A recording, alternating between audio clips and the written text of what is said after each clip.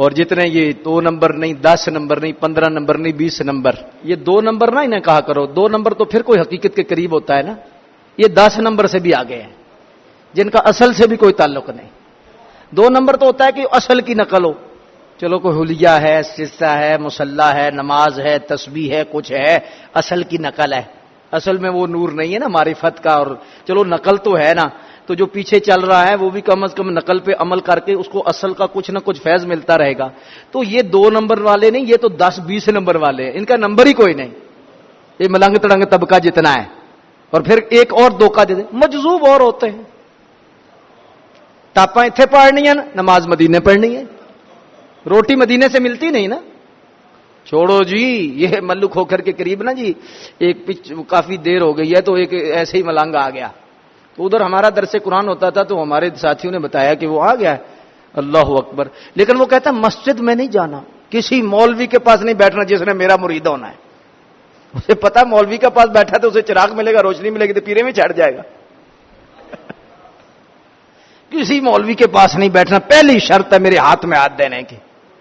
نماز دل کرے تو پڑھ لینی ہے، لیکن اکیلے پڑھنی ہے، جماعت کے ساتھ نہیں پڑھنی. کیونکہ تجھے میں 4-5 سال چلا کراؤں گا اور پھر آپ کو وہ نماز پڑھاؤں گا جو حضور کے پیچھے ہوتی. تو پھر اللہ کا فضل ہو گیا. ہم نے کہا یار ملاقات تو کرو ہماری.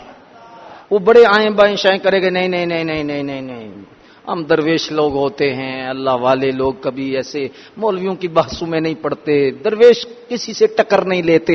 بہرحال چلے گئے. اللہ اکبر. میں نے کہا کہ حضرت کیا بات ہے؟ کہنے لگے مولانا ہم وہ نماز پڑھتے ہیں تمہیں خبر ہی نہیں. میں نے کہا ٹھیک ہے جی. تو وہ یکدم نا آگے سے کہنے لگا، وہ تیز تو بڑا تھا، شاطر تھا. کہنے لگا آپ بھی سچی بات ہے، آ جائیں ہمارے پاس، ہم روزانہ مدینے میں پڑھایا کریں گے. یہ جملہ اس نے کہا مجھے ابھی یاد ہے. میں نے کہا آپ تو مدینے میں ہی پڑھتے ہوں گے. پھر الحمدللہ ہم مدینے میں پڑھتے ہیں، آپ بھی آج آئیں ہم آپ کو مدینے میں پڑھائیں گے. ایسے بدبخت ہوتے ہیں کہ باتوں میں بندے کا تو پیٹ چاک کر دیتے ہیں. اللہ اکبر جل شانہ. لنگر تازہ تازہ آ گیا، میرے بیٹھے ہی آ گیا. میں نے کہا لنگر واپس لے جاؤ، آج مدینے سے لنگر کھائیں گے.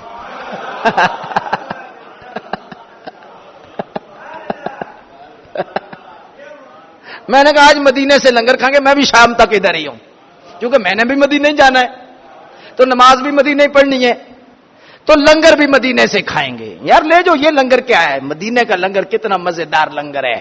سرکار کے مدینے کا جب نماز ادھر پڑھنی ہے تو لنگر ادھر کا کھا کے کیا کرنا ہے؟ برکت والا لنگر کھائیں گے. نہیں نہیں نہیں نہیں. اللہ کا فضل یہ ہوا کہ ہمارے جانے سے وہ گھر بچ گیا.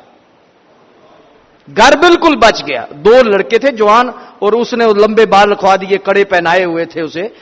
یہ برے صغیر کے اندر انگریز نے سازش کی ہے، کیونکہ اسے پتا تھا کہ ولایت کا جو نور ہے برے صغیر میں، اس نور کی وجہ سے اسلام آیا ہے اور ولیوں سے ٹوٹ کر لوگ پیار کرتے ہیں. تو اس وجہ سے انگریز نے یہ پورا ایک ٹولہ بنوایا اس وقت کہ جنہیں کڑے پنوائے، جنہیں قوالیاں سکھائیں، جنہیں سارا سلسلہ کرایا، یہ سب کچھ کیا کہ لوگ اس طرف آئیں. جب اس طرف آئیں گے شریعت کو چھوڑیں گے تو اصل سے جب رشتہ ٹوٹے گا تو پھر ان کے پاس دولت کون سی رہے گی. اس نے لکھا ہے انگریز نے اپنی کتاب میں کہ تقریباً ہم نے 1,00,000 بندہ تیار کیا برے صغیر میں، جاہل صوفی، جن کو ہم نے کڑے پہنائے، جن کو ہم نے قلندر بنوایا.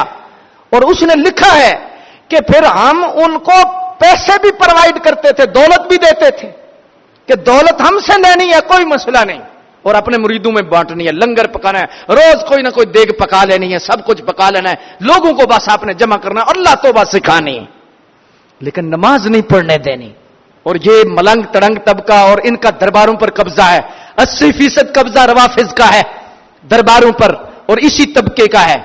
نہ نیتی نہ قضا کیتی، کول کول کے پیٹیاں، منہ اڈے تے اکھیاں میٹیاں، لوکی کہن مر مر گئے ایسا رب نال گلاں کیتیاں. ایسا طبقہ درباروں پر قابض ہے. اللہ کرے کہ ہم اہل سنت اہل حق اس انداز میں کھڑے ہوں کہ درباروں سے ان کا قبضہ چھڑائیں اور ان لنگ تڑنگ ملنگ پیروں سے اللہ کرے جان چھوٹے اور اہل سنت کا چہرہ لوگ دیکھیں اور ہر زبان میں کہیں داتا ہمارے، خواجہ ہمارے، مہر علی ہمارے، جماعت علی ہمارے،